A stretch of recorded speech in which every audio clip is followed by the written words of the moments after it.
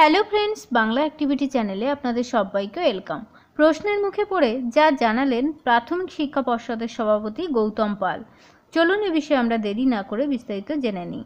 প্রাথমিক শিক্ষা পর্ষদের চেয়ারম্যান গৌতম পালকে সামনে পেয়ে ফের চাকরি প্রার্থীরা দাবি করলেন টেট পাশ করা চাকরি প্রার্থীরা যে তাদের নিয়োগ কবে হবে। ওয়েব কুপার সম্মেলন উপলক্ষে মালদায় এসেছিলেন গৌতম পাল, আর সেখানেই তাকে পেয়ে 2022-এর প্রাথমিক টেট পাস ডিএলএড ঐক্যমঞ্চ সদস্যদের প্রশ্ন যে স্যার নিয়োগ কবে হবে।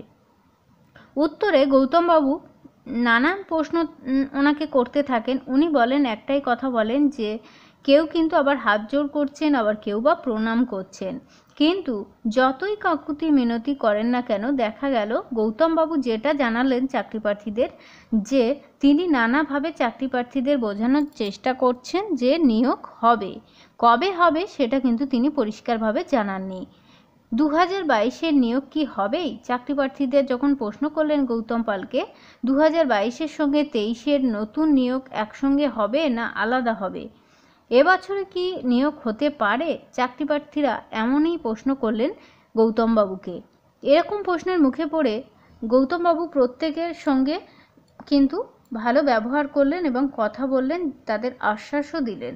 গৌতম পাল জানালেন, আমি রাতে শুতে গেলে তোমাদের ওই মুখগুলো ভেসে ওঠে, আমি চাই তোমাদের ভালো হোক, এই বলে মাথায় হাত দিয়ে সকলকে আশীর্বাদ করে বেরিয়ে গেলেন তিনি।